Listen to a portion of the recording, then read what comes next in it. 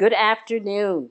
Welcome to America's Small Business Development Center at the College of New Jersey's Think Like Your Customers Search Engine Optimization for Your Business. This is Shakira Brown. I'm an award-winning PR and marketing expert and managing principal of SMB Strategic Media, which is based in Hamilton, New Jersey, but I serve clients all over the country.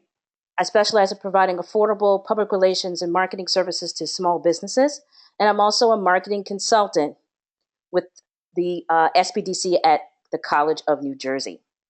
I have over 20 years of mass comm experience. I've been doing PR for over 16 years, and throughout that time, I have picked up search engine optimization as a skill set, branding, website development, and social media management. So you are in good hands today. So let's talk about the SBDC really briefly.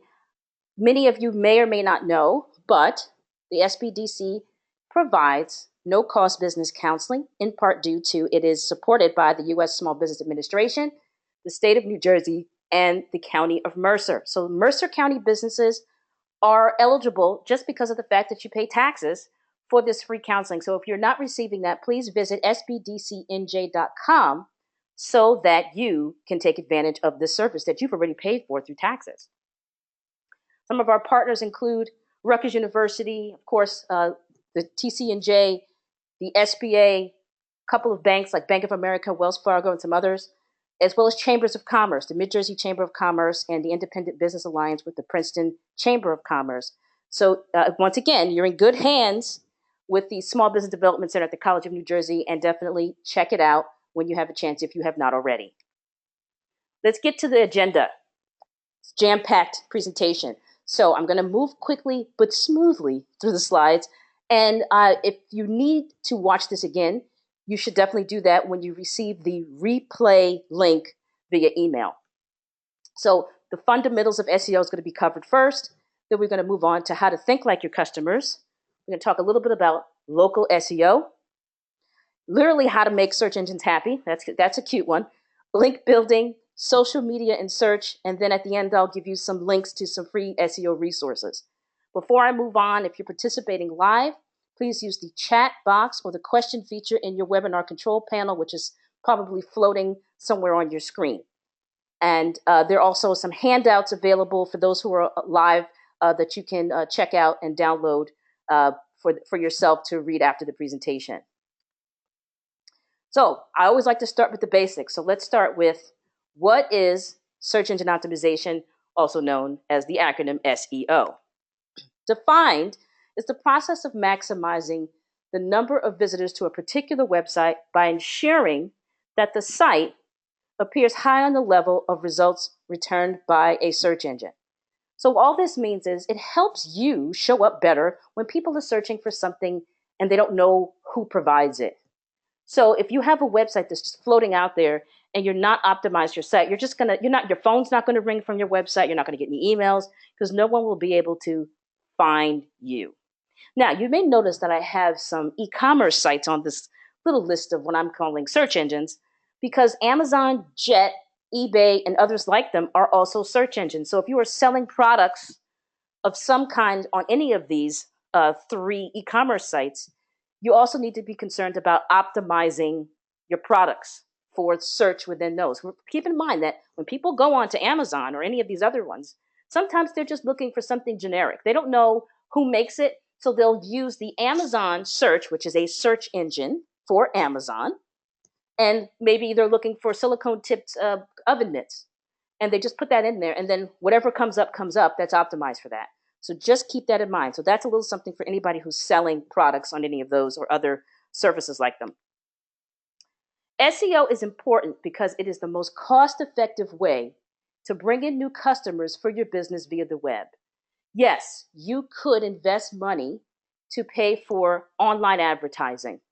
But as you know, if that is not done in a way that's going to get clicks and conversions, that's going to eat up a lot of your marketing budget for the year. So what you want to do is you want to make sure that your site shows up organically. That's what we call organic search engine optimization, when someone randomly searches for something and they don't know to go to you directly.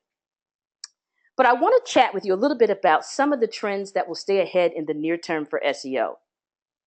Social content will gain more prominence. There's no question. Every day you're hearing about new social services, networks that are coming up that you haven't heard about and that you want to join, or should you join? It's good to stick with some of the staples that are out there: Facebook, Twitter, Instagram, LinkedIn. But sometimes it's worthy of getting in early on some of these new ones. But social drives search as well, because people are now finding out about what products and services through social and searching social. Mobile optimization will become more crucial. This, my friends, is serious. More searches happen on mobile than on computers and tablets for 15 out of 24 hours during a typical weekday. This is research done by Google, the leader in search engines. Okay? But a lot of mobile leads in the morning, and some computers and tablets become more dominant when people get to work around 8 a.m. So people are doing things at different times of the day. So that's something you have to also think about too, where they're going to be when they're searching. Okay. Additional search information includes that 73% of mobile searches trigger additional actions and conversions. There's these little circles in here, they really say it all. 17% of people who are searching on mobile actually visit a store. This happened to me recently. I went to a beauty supply store and they didn't have what I needed. I whispered to the clerk, I said, "Excuse me, is there another one nearby?" He didn't know the exact address, but he gave me the street, and I went on my phone, plugged in the street and beauty supply, boom. Within 5 minutes, I was at the other place buying what I needed. And that's only because they had the wherewithal to update their Google business page, which we're going to talk about a little later. So there's all these different stats. 36% continued their search on mobile. Some visited a retailer site. 18% shared information with someone else. 7% called a business. 17% made a purchase. So these numbers are very compelling. The other number here, 28% of mobile searches result in conversions. This is very powerful. So you really need to keep that in mind. Content aggregation will get bigger and better. That's the name of the game. Content is king. We're going to spend some time on that today. You have to either be aggregating content yourself, meaning creating content and posting it, or getting content from somewhere else and using that. But content is even more important than ever. And local SEO is becoming even more important, okay? Only 25% of US local businesses have websites, and just 10% show their prices online. So that's 25% of local business in the whole US. This is according to some Google search research. You definitely have an opportunity here to focus on local, and we're going to talk about that today. The craze of mobile apps will go crazy. What does this mean to you? You may not be planning a mobile app. That's fine. But as long as the use of mobile apps continues to grow, more people will be on mobile throughout the day, meaning it's more important for you to show up correctly on a mobile device.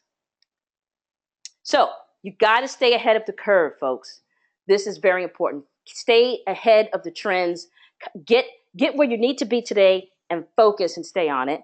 Google frequently changes its algorithms, okay, to eliminate the spam sites. So when they do that, sometimes your site could disappear, but if you are staying with the trends, your site won't disappear. I get calls all the time from business owners who say their phone stopped ringing because Google made a change to their algorithm and deemed their site irrelevant. Do not let this happen to you. So let's talk about staying ahead and understanding some of the SEO success factors. So there's 3 ways to be effective at SEO. There's on-the-page SEO, okay? There's off-the-page SEO and avoiding violations. When you're on the page, these are more likely things that you can do to control your SEO, and off the pages, you may have some control, but some of it may have nothing to do with you, but it's still good to kind of focus on it. So let's talk now about the on-page success factors. On-page search ranking factors are those that are almost entirely within the publisher's own control. That is you. You are a publisher. Everybody who has a website is a publisher. So consider these questions, all right? What type of content do you publish? Are you providing important HTML clues that help search engines and users determine relevancy. How does your site architecture help or hinder search engines? You need to think about all of these questions and do some soul searching and figure out, how can you improve some of these areas? Are you doing basic HTML clues such as page titles and alt tags on photos? Get ahead of the curve and start thinking about these areas. So the off-page success factors are less likely something that you control. Early on, search engines learned that relying on publisher-controlled signals alone didn't always yield the best results.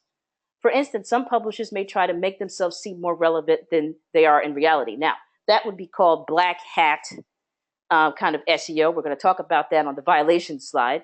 But with billions of pages to sort through, looking only at on-the-page clues isn't enough. So more signals are needed to return the best pages for any particular search. So that's why off-page success factors, we're going to talk about what that is. That could be a linking, getting things back to you, of sites that rank higher than yours so they can make your site more relevant. These are the things that we need to focus on. So we're going to talk about that as well today. Let's talk about those violations and ranking penalties, things that get you banned from Google. There are some techniques that are deemed as spam or black hat, okay, which could result in your pages receiving a ranking penalty, or you just get kicked out of search engines completely. Do you know what that means? That means if you get kicked out, you, my friends, would need to start anew. New domain name. You may even need to change the name of your business because search engines are not stupid. It's hard to fool them. So if you get kicked out, you have to almost regroup, rebrand, and get back in the mix. Violations are generally tactics meant to deceive or manipulate search engines' understanding of a site's true relevancy and authority. So about maybe 12 years ago, in the infancy of when people were figuring out what to do with SEO, and how to make their sites more interesting to the algorithms that search uses, people thought it was a good idea that if they had a white background site and they wanted to put some text on the page that was stuffed with keywords and phrases that would help them show up in search, they would make those phrases and keywords in white text, put it over the white background, so the user would go to the site and not be the wiser, but then search engines would still see it because it's on the page, but it's in white. Okay, that's something that used to happen, and now those sites all have been banned. That is something called black hat. You cannot do that. Whatever's on the page needs to be visible to the naked eye. No invisible ink here, folks. You must have the content on the page. But I want to calm everybody down. The SEO is still good. You have to do it. Search engines want people to perform SEO because it can help improve their search results. Because that's, keep in mind that, they're not really there to help you. The search engines are there to help anybody using the tool, using the search engine. So they want to have relevant results. Search engines provide help in the form of guidelines, blog posts, videos to encourage specific SEO techniques. So here's your action item. For those of you participating live, one of the handouts is called Google Search Engine Optimization Starter Guide. This will give you the kind of beginning nuts and bolts of how to get your site to show up in search, and with some good tactics there. And this is produced by Google. I grabbed it off of the internet, off of Google Drive, which they placed it there. And if you're watching this on demand, you can just plug into Google Search Engine Optimization Starter Guide, and you'll get access to the PDF as well. So that's your, we're not going to go over a lot of the baseline stuff today. So that's why I wanted to make sure you have this starter guide in your possession once you get through this presentation. So let's talk about content quality. I have some questions here. Are you producing quality content? What's quality content? Content that makes sense for your business and that people really want to read. When selling something, do you go beyond being a simple brochure with the same information that can be found on hundreds of other sites? Or are you giving something that's groundbreaking, that explains things in a different way than normally would, that's fun, that's easy to read?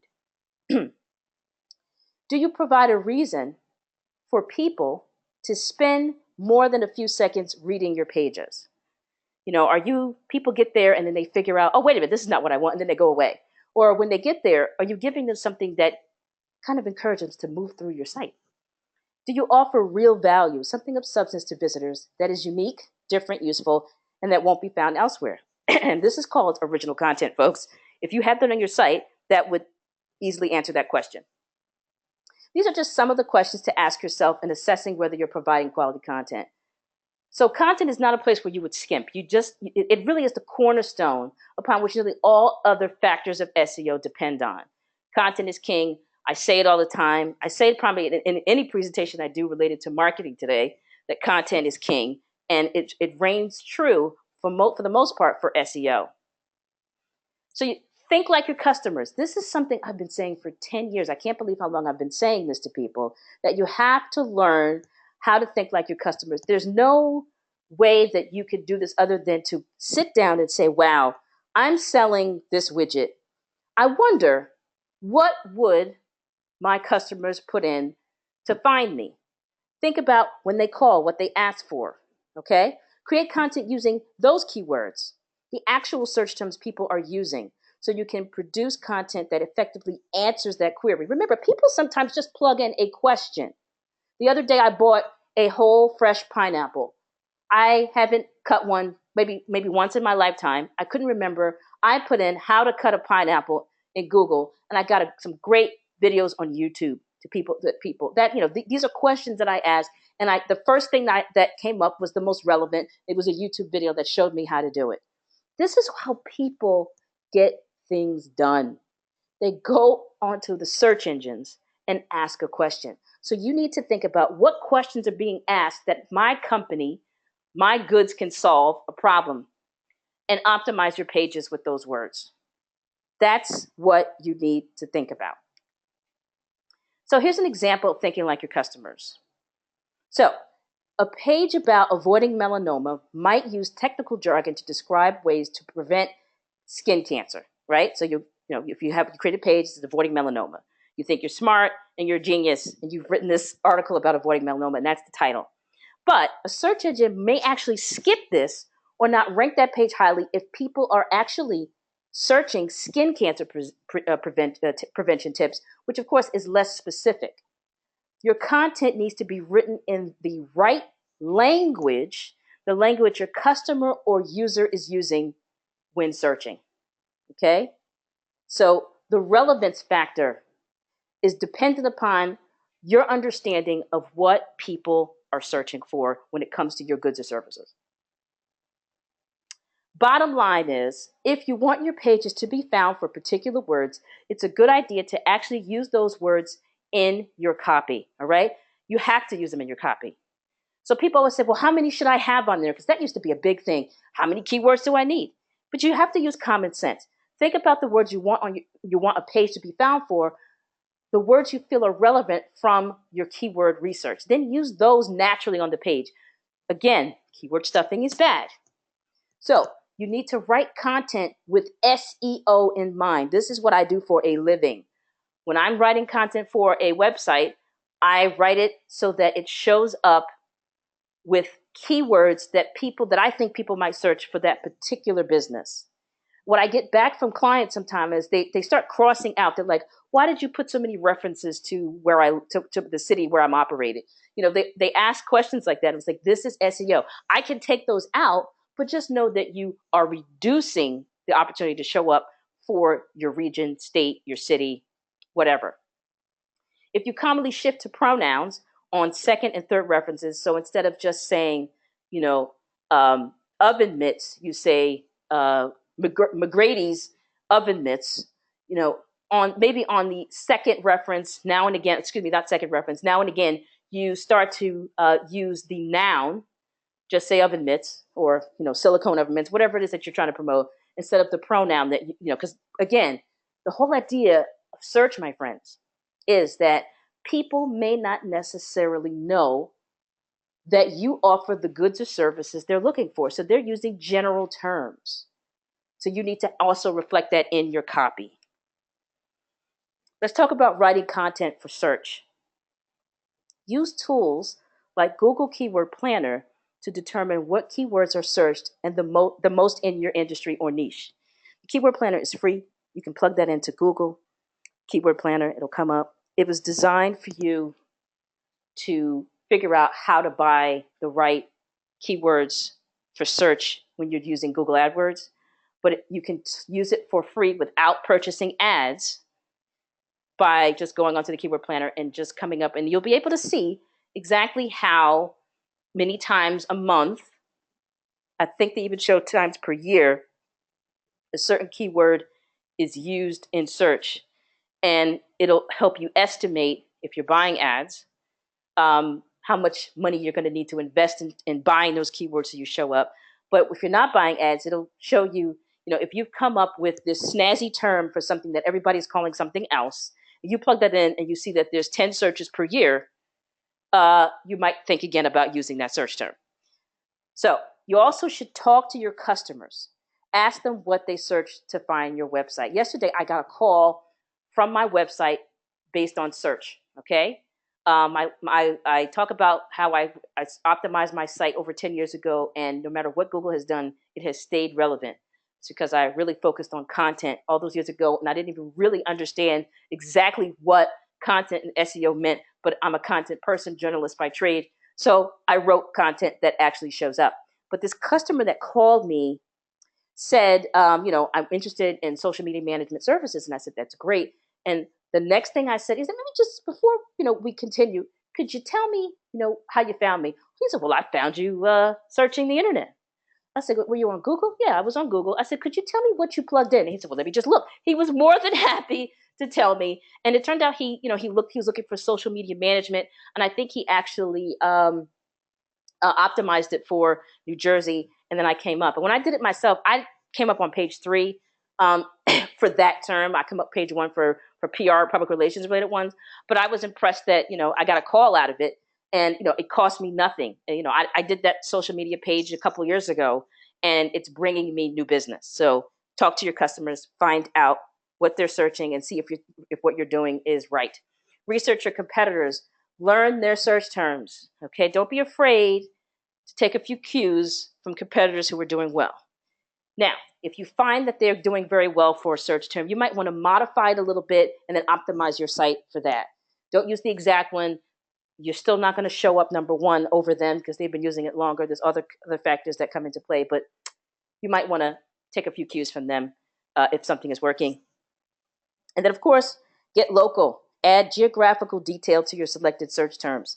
I just mentioned that I had optimized my page, Social Media Management, New Jersey, because that's where my business is based. And I figured if I'm not going to try to conquer the world, but gosh darn it, I will try to conquer New Jersey. And you could do that by optimizing certain keywords around where you're based, by state, by city, by region, if it makes sense for your business. The ins and outs of mastering local SEO. This might be something that you hadn't considered. So I thought maybe this is something we can add to this presentation to give you some more insights on what you can be doing on your own that doesn't require a lot of coding or things like that. So focus in on upfront work. These are what you can control for your local search engine optimization. Local NAP stands for name, address, and phone citations. These are things you control. Local reviews. Okay, getting your reviews from customers who love and know your work. Getting them to post them in places where they can be searched and read. And my business signals. And we're going to go with that first. So I want to give a plug to the SBDC at the College of New Jersey has held numerous, get on the map Google business page presentations. And I want to make sure that everybody, if you haven't taken one of those, check the sbdcnj.com website to see if there's one coming up. If not, you can claim your page yourself without that help. There are, I'm not really going to go into too much detail about that by setting up, we're going to do a little bit, but there are countless ways that you can find out information on how to do this. There's videos on it. Google is a great resource for this. They love for you to do this. It helps their search become more relevant. But basically, all you need to know is that once you've set it up, you should include the following. You should add a long, unique description that's formatted correctly and includes links. Okay? Just don't plug in weird keywords. Write a real paragraph. Maybe you already have this. You could just plug it in from your website right into the Google business page. Choose the correct categories for your business. Don't get fancy. If you are a manufacturer, then choose manufacturing. If you're a doctor, choose physicians. Don't get fancy. Stay in the lane of which you really do business. Upload as many photos as available, okay, as possible, and that's provided. There's little areas where it says add a photo. I do believe that there's an area you can add a caption, make that have keywords in it. Use everything they give you in the Google business page, and add a local number to your listing. Add your business address that's consistent with what's on your website and local directories. We're going to talk about the NAP, the name, address, phone number, in a few moments. Upload a high resolution profile image and cover photo. Don't skip this. Don't let the generic stuff just stay there forever. Do this. This is very important. And optimize it with the captions that they provide. Add your opening times and days if it's relevant. And get real reviews from customers. We're going to talk about reviews a little later on. So, the NAP, and name, address, and phone number citations. Got to be really consistent with this. Ensure that your full NAP or NAP across your whole website is available, okay? Having it on every page could mean having it in your footer. You must use the exact same details format when you mention your address on other websites. Local citations. This is something that a lot of people don't do. And you want to really think about having this done as consistent as possible and paying attention to this when you're filling out forms to appear on other sites. Maybe it's a Chamber of Commerce or things like that. So there's something called the schema markup for the NAP or NAP. Schema.org brought about a revolutionary collaboration between the world's top search engines to create a method that made it easier to categorize and identify important information on websites.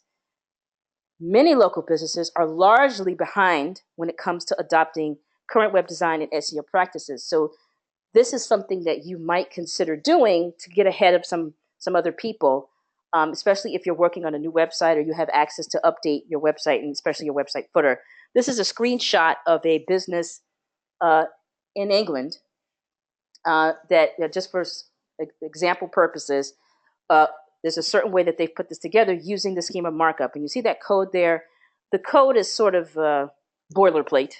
And all you would do is change everything in there. And you're probably saying now, well, how am I supposed to figure out all of these codes, and how am I supposed to do this for my site? Well, there's an app for that.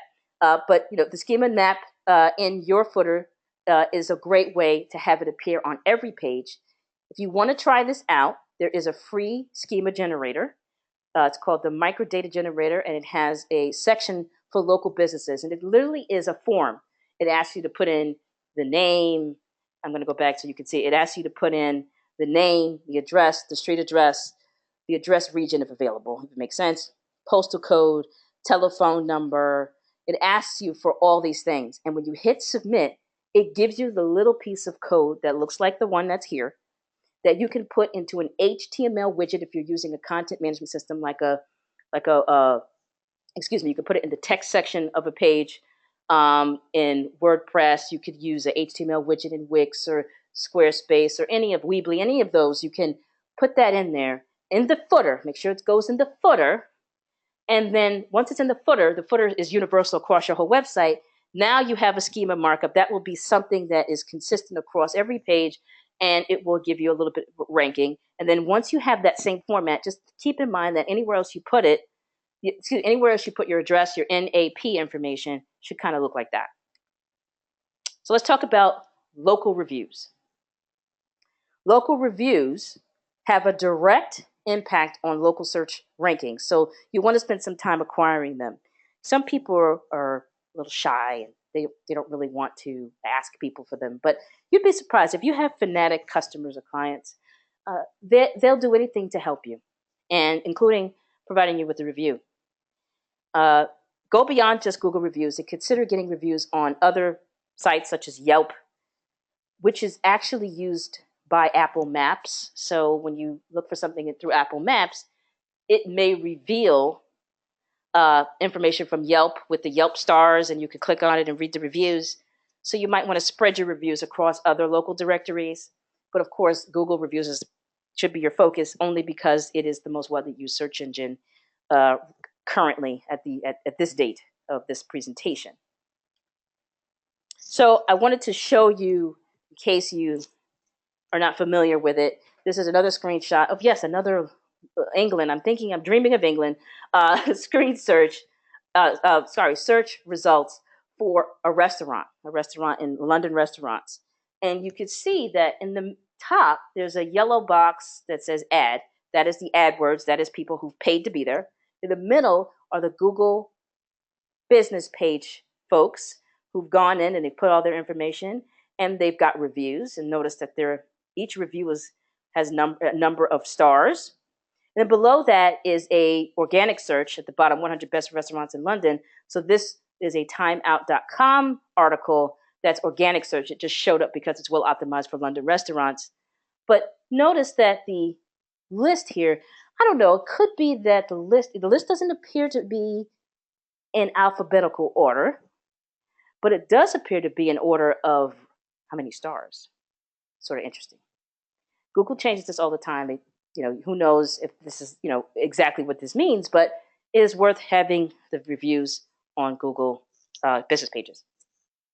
So where do you begin with local reviews? Begin with your existing customer base and see if they'd be interested in leaving you a review.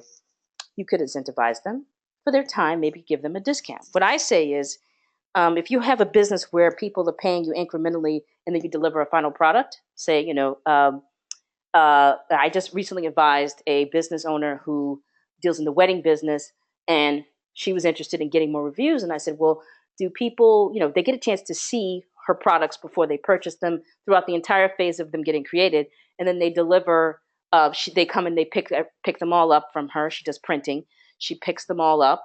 The customer picks them all up. And I said, well, maybe if you reached out to them before they pick up and say, we're done with we're happy to tell you, come pick up your stuff and you owe us X amount of dollars. But, you know what we've done. You love them. If you wouldn't mind going on and writing a review on Wedding Wire or The Knot or anything, unique to your business website, industry website, if you wouldn't mind doing that, we'd be willing to give you X amount of dollars off your final bill, $25, $10. And for this client, the light bulb went off and she said, well, you know what? Most brides are looking to save a few dollars at this point. So if I did that, I would certainly get more reviews.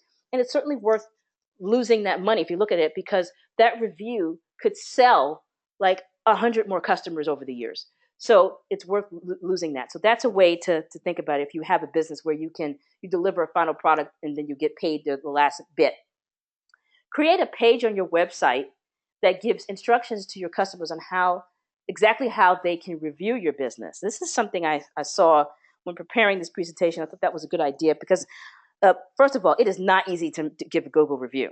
So it might be a good idea to have these instructions if you're really serious about building up your reviews and telling people where they can review and creating a page like yourwebsite.com/review us, so that people can easily know where you want the review to go, or to provide them with instructions once they get there of how they can get to the write a review section. And that's really important for Google reviews. It's not easy to find it. So you do need to give people a little bit of coaxing to go in there so that you can, make them feel comfortable so they can write it. But for customers who may say they do it and they don't, I usually prefabricate reviews for my customers. People tell me all the time that they're grateful for what I've done for them. They love my service. And I take note of that. And what I do is I put together a review and I reach out to them and say, I put this together because you're always so good, so kind to me. And you say such nice things about what I do for you. So I took some of those notes some of those little love notes that you've given me and some of the things you've said, and I put it together into a review from you. And if you would be so kind just to take a look at it, if there's something that you don't like, change it. But if you don't mind, I'd love to put this on my own website. And if you could take a few moments to add it to this site and that site, that would be great. Most people are overjoyed that they don't have to actually write it. And they're not going to be upset that you did it, because if they really do care about your business and they have a good rapport with you, they're more than happy to stand behind you and definitely write these up, review them and post them for you. So how do you make a search engine happy? Yeah, seriously, how to make a search engine happy? You're like, it's an inanimate object, but it's, if you think about it, it's thinking. So you got to make search engines happy. The answer is fresh content, actually new, not old content with new dates. People think that maybe we have a few old, we have some of these old blog posts from 3 years ago. Maybe if we change the dates, it'll trick Google and Bing and everybody else into thinking these are new. Wrong answer. That is not true. You have to have actual, fresh content. You cannot change the dates to make it new. New actually means new. Isn't that a concept? So keep this in mind. Google does have something called the query deserved freshness.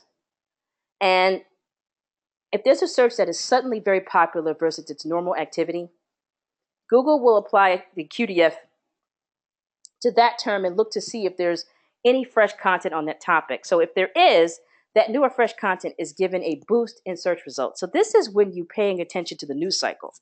So say you have something, say you're a nutritionist, and the FDA or somebody comes out with some data that if you eat spinach 6 times a day, you'll lose 10 pounds in 3 weeks. Of course, that is fake.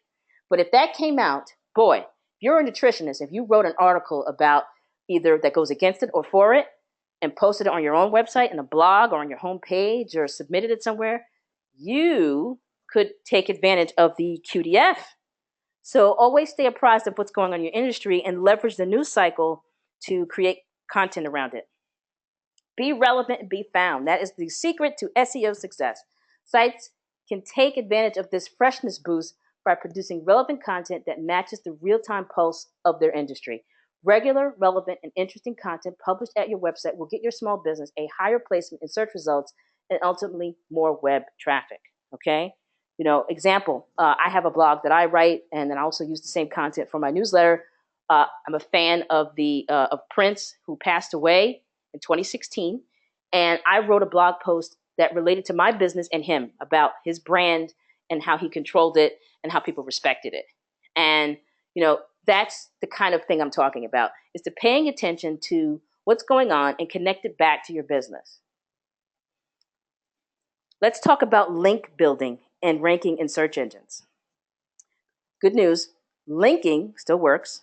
Links remain the most important external signal for search rankings, but some links are more valuable than others. So let's talk about link quality.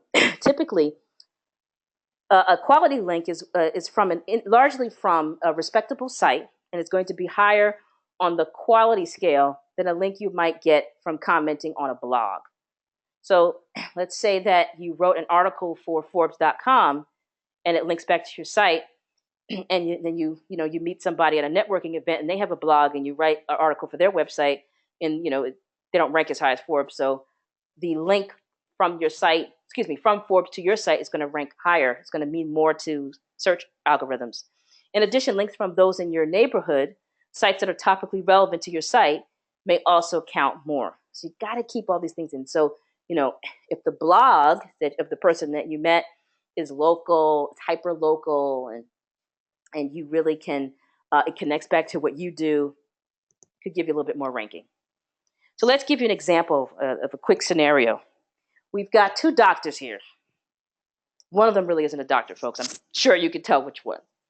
But if you were going on to any search engine and you were to put in skin rash prevention tips or cures, right? And then you would see 2 links at the top, 2 search results. One of them is from Dr. Pepper. You go to his site. This is his logo. He's clearly saying, I'm not a doctor. Funny. He's got this picture with the can of Dr. Pepper, but he's given some tips on how to get rid of those skin rashes. Then you have the link to Dr. Oz. Mehmet Oz, a well-known, I would say America's doctor at this point. He was introduced to the world by Oprah Winfrey. He's got his own show. He's got magazines. He does live presentations on the road. The guy's well-known and respected. And he's got his top 10 ways to get rid of skin rashes. Which would you choose? I think it's obvious. You would choose Dr. Oz's links, and so would a search engine. Search engine count all the links pointing at websites, except for those that are blocked by code called nofollow, but they don't count them all equally. They give more weight to the links that are considered to be of better quality. So, how many links should you have? Everybody wants to know, well, if I'm going to do this, how many should I put out there? There is no magic number. Long ago, the sheer number of links you had used to be so important. People would be upset, so they would buy links. They would pay to be on directories. They were obsessed. But this has decreased over time. Search engines have learned how to better evaluate the quality of links. So keep this in mind. Getting a whole lot of links can certainly help your SEO. But if you get a lot of links from different sites, that's even better, and different quality sites that rank higher than yours in search. All things being equal, having 1,000 links from one site, say you find somebody and they say, you know what, I want you to be my top blogger on my site, and you link to them every week, you've got thousands of links, and then you'll have, but it means less than having 1,000 links from 1,000 different sites. So it's good to kind of spread the love, to get out there and get the information that you need on what sites to focus on, and to spread those links out. So you got to build editorial links. That's as important. Start getting relevant links while promoting your business. You can find very relevant local websites, such as local blogs like Apache.com, or even more national blogs that have to do with your industry. Huffington Post, although it's a tough nut to crack, is one that's well worth trying to get to post an article on sometimes. You can use search engines to actually search the term "Right for Us" and then plug in your industry. I did this the other day. I put in "Right for Us Small Business," and I actually found a bunch of guidelines pages on websites that were for small business owners, and they were looking for people to write for them about small business. All the guidelines were there, the contact, it was either a form on the page or an email address to an editor. It was great. It's a great way to reveal websites that allow contributing writers. And then just get going. Email them using the guidelines they provide, if at all, and secure a contributing writer spot and content for them. If you write really good for them, they'll use your stuff over and over again as long as it's unique. Okay? Keep in mind that you could prefabricate an article and then push that out, but some sites require it to have never been published before. So if you're going to offer exclusivity, be very tactful about it. Social media and ranking in search engines. Linking via social. If links were a way for people to vote in favor of sites, social media sharing represents a way for that voting behavior to continue. It's a great way to get your information out there to people who not necessarily even may not be looking for it, and who would never find you. Social signals are emerging as ranking factors as search engines determine how to leverage our social interaction and behavior. So if you're able to speak to someone in a tweet on Facebook who normally wouldn't even interact with your business, this is a great way to get your information out there and potentially new leads for your company. Linking via social. Good things happen when more people see your site or brand. That's in general. Participation in social sharing sites is crucial. If you're not doing any social for your business, Twitter, Facebook, YouTube, Instagram, LinkedIn, whatever, you're not building a network that can help spread, aka share, your content, site, and brand. Okay? Some of the things I do to connect my clients to potential customers is to find a way to inject the brand into someone who's experiencing something that they actually may benefit from interacting with my client's brand. I recently started for a business that offers wedding related services, interacting on social with women who or men who recently been engaged and posted a photo, and we create graphics around those engagement photos with the ring and everything and congratulate them. These are people who are not looking yet for my client's service, but now that they've been engaged, we're introducing them by way of congratulating them that they're engaged with an image of their engagement photo and some messaging on top of it that congratulates them and also shares information about my client's website. So what works in social for SEO? Gain references from social accounts with good reputations. These are the social influencers. These are people who live and breathe social in your space, your industry. They may have a couple 100,000 or millions of followers. They are recognized as an authority. You can do a search for social influencers for each of your industries if you want, and you'll find maybe the top 10 people that are on Twitter, or Facebook, or YouTube. And these are people that you need to try to reach out to, okay? Having your own social presence that is well regarded is important. So start establishing yourself as a thought leader on social about whatever it is that you think you could sell through social. Participate on relevant social platforms in a real authentic way, just as you would with your website or with customers in an offline setting. Don't be fake, don't be phony, be cool. Let them feel like they're dealing with a human. That's what it's all about. So in closing, always keep your website relevant with simple, up-to-date content that your intended audience can find and want. Plus, start getting involved with the conversation. Here are some of those free SEO building resources that I promised in the beginning. Moz Search Engine Ranking Factors. Moz.com/search-ranking-factors. This is going to help you see what ranks over the last 2 years. They put together like what we call SEOs, people who specialize in their SEO gurus. They get together, they put their heads together and say, and they evaluate the data of what has ranked over the years. This is a great way to figure out some keywords, great way to spot trends, great way to leverage some information to improve your own SEO. We mentioned a Google Keyword Planner earlier. Find out what is searched the most and optimize for it, okay? Website analytics. Website analytics is so important, and I find that most small business owners ignore it. It's free. A lot of CMS tools, content management systems like Wix, Yola, Weebly, Squarespace. WordPress even has built-in analytics tools. They also often will aggregate data from Google Analytics, which of course is free. They do have a premium service of that. But most small business websites can do quite well with analyzing the data within the Google Web Analytics platform that's free to you.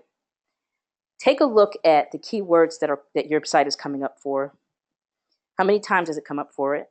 Take a look at there's real-time data in the website analytics. You can take a look and see if someone's on your site right now, what they're doing. That's kind of cool. A little spooky, but you can do it. Take the time to look at your website analytics to help you figure out how to better optimize your search. We mentioned also the microdata generator. microdatagenerator.com/local-business-generators. This is where you can get your schema markup for the NAP or the NAP, the name, address, and phone citation that you're going to put on your website in the footer. This generator produces the HTML code without you having to be an HTML programmer that you could drop into a HTML widget on your website. I guarantee you, if you searched how to put this HTML code into your particular website on YouTube, you'd find a video on it. Don't be afraid. LinkedIn, publish a post. If you have a LinkedIn account, you could do more than just build relationships. By the way, you shouldn't be selling on LinkedIn. But you can build a relationship and recognition and thought leadership by posting an article on LinkedIn. LinkedIn allows you to add an image and links in these posts. You should find out more information on LinkedIn about this.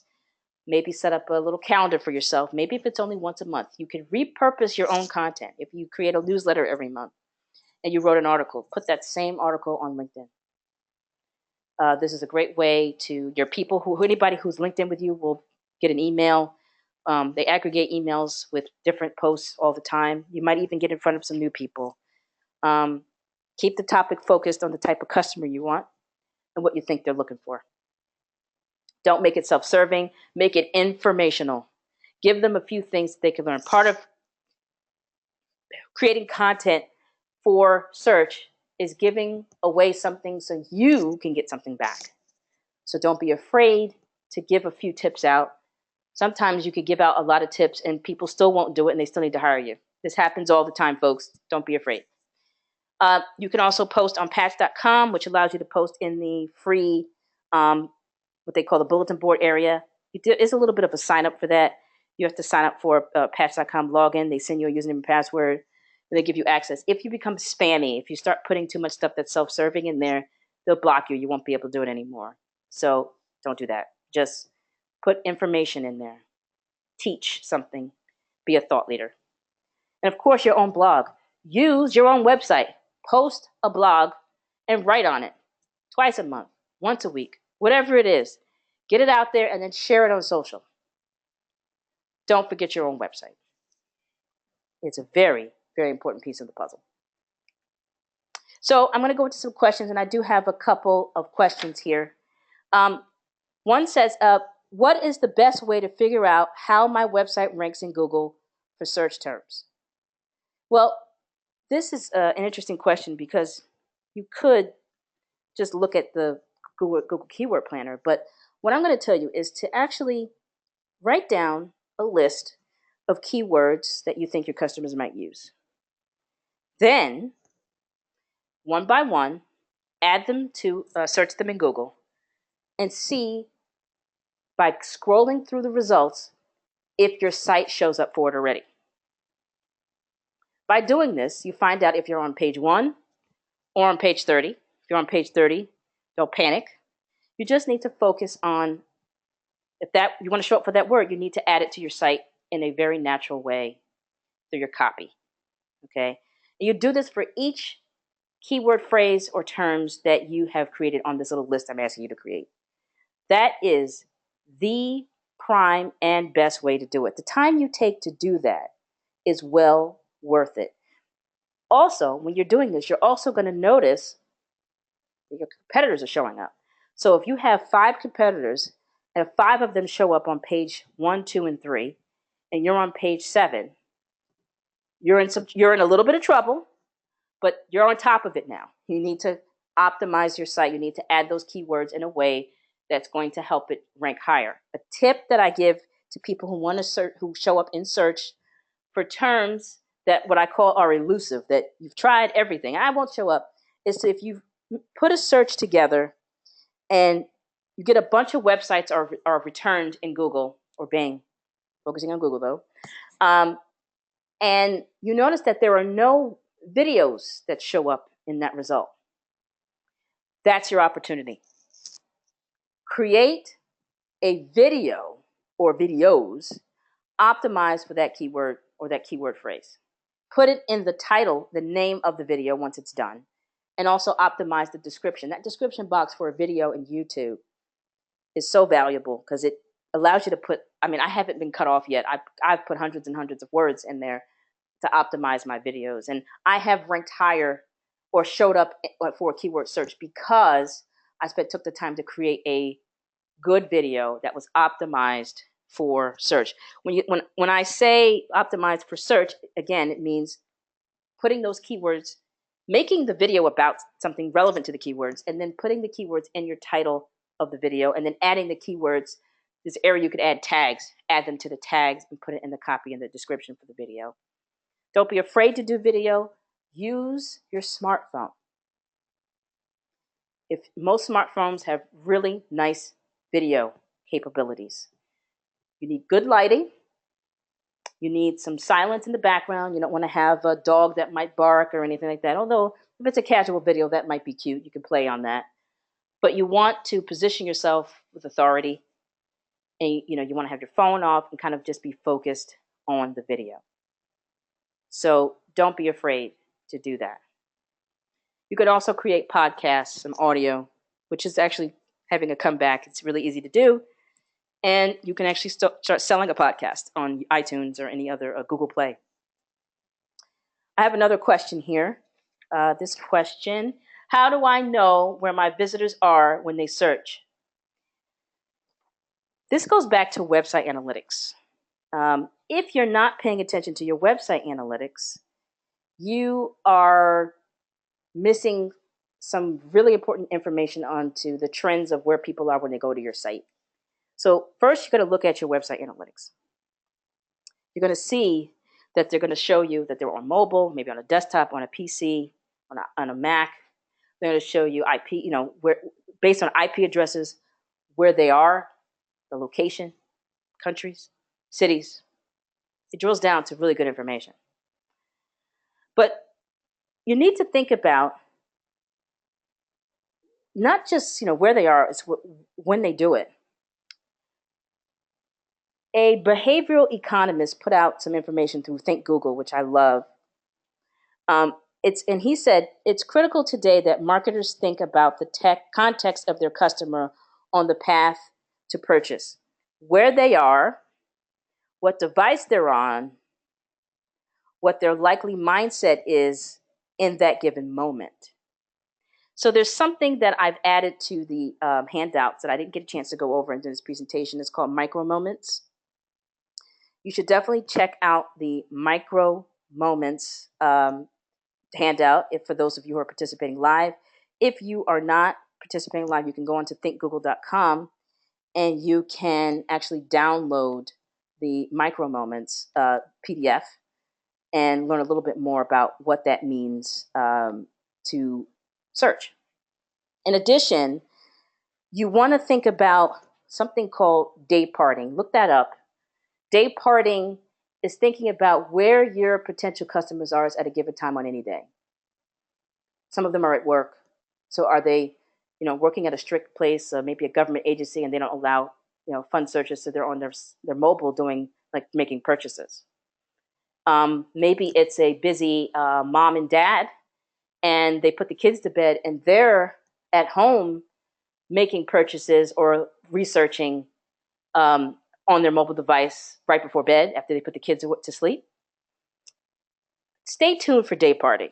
Stay tuned for micro moments. Kind of learn a little bit about that. It's all very new. Thinkgoogle.com has a lot of information on it. Kind of educate yourself about it and make sure that you're prepared to deal with these changes in search behavior.